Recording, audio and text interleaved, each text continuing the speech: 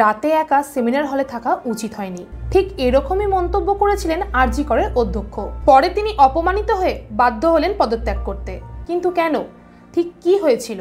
রাতে একা একা সেমিনার হলে থাকা উচিত হয়নি, নির্যাতিতা চিকিৎসককে নিয়ে নাকি এমনই মন্তব্য করেছিলেন আরজি করের অধ্যক্ষ সন্দীপ ঘোষ। বহু পড়ুয়া এবং চিকিৎসক তাই সন্দীপ ঘোষের বিরুদ্ধে সরব হয়েছিলেন।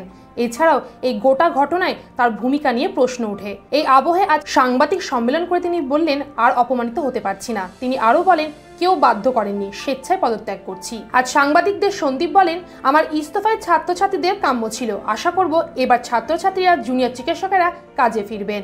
গত কয়েকদিনে বিভিন্ন মাধ্যমে আমি যে কটূক্তি সহ্য করেছি, আমার পরিবার, সন্তানেরা যা সহ্য করেছে, তাতে বাবা হিসেবে আমি লজ্জিত। তাই আমি পদত্যাগ করলাম। আশা করি আপনারা ভালো থাকবেন। আমার মুখে কথা বসিয়ে রাজনীতির খেলা চলছে। বিরুদ্ধ গোষ্ঠী এই ঘটনা নিয়ে রাজনৈতিক খেলায় নেমেছে। আমি কোনো দিন এসব খেলা খেলিনি। আমি সরকারি কর্মচারী। শেষ মুহূর্ত পর্যন্ত সেই দায়িত্বই পালন করব। আশা করব ছাত্রছাত্রীরা শীঘ্রই কাজে যোগ দেবেন। এদিকে অধ্যক্ষের এই ইস্তফার সিদ্ধান্ত প্রসঙ্গে আন্দোলনকারী ছাত্রছাত্রী এবং জুনিয়র চিকিৎসকদের দাবি, লিখিত আকারে পদত্যাগপত্র জমা দিতে হবে সন্দীপকে। এর আগে গতকাল আরজি কর কাণ্ডে সুপার বদলি হয়েছিলেন। তবে আন্দোলনকারীদের দাবি ছিল অধ্যক্ষের পদত্যাগ। অভিযোগ, এই অধ্যক্ষই ঘটনার পর দোষ চাপিয়েছিলেন মৃত চিকিৎসকের ঘাড়েই। আন্দোলনকারীদের অভিযোগ, ডক্টর সন্দীপ ঘোষ নাকি বলেছিলেন রাতে একা একা সেমিনার হলে থাকা উচিত হয়নি সেই চিকিৎসকের। তার সেই মন্তব্য ঘিরে ইতিমধ্যে তোলপাড় শুরু হয়েছে। এই পরিস্থিতিতে রাজ্যের বিরোধী দলনেতা সন্দীপ ঘোষকে নিয়ে বিস্ফোরক অভিযোগ করেছিলেন। এই নিয়ে সোশ্যাল মিডিয়ায় একটি পোস্ট করে শুভেন্দু অধিকারী দাবি করেন, আরজি কর মেডিকেল কলেজ থেকে একাধিকবার অপসারিত হয়েও তাকে ফিরিয়ে আনা হয়েছে এখানেই। এহেন অধ্যক্ষের মন্তব্য ঘিরে নতুন করে বিতর্ক তৈরি হয়েছে।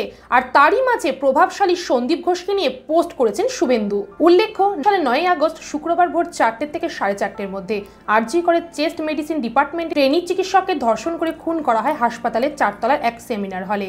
সেই ঘটনায় হাসপাতালের সুপারের ভূমিকা নিয়েও প্রশ্ন উঠেছিল। এই পরিস্থিতিতে অনেকেই সুপারকে সরিয়ে দেওয়ার দাবি তুলেছিলেন। সেই মতো স্বাস্থ্য দপ্তর এই সিদ্ধান্ত নেয়। এদিকে পুলিশের তরফ থেকেও এসিপি নর্থচন্দন গুহকে অপসারণ করা হয়। প্রসঙ্গত, প্রাথমিকভাবে পুলিশের তরফ থেকে নাকি মৃত চিকিৎসকের বাড়িতে জানানো হয়েছিল তাদের মেয়ে আত্মহত্যা করেছে। এই আবহে পুলিশের ভূমিকা নিয়ে প্রশ্ন উঠেছিল। আন্দোলনকারীদের সওয়াল, এমন পরিস্থিতিতে একটি রক্তাক্ত দেহ দেখে পুলিশ কিভাবে এবং কেন আত্মহত্যার দাবি করলো? প্রাথমিকভাবে উঠেছে প্রশ্ন।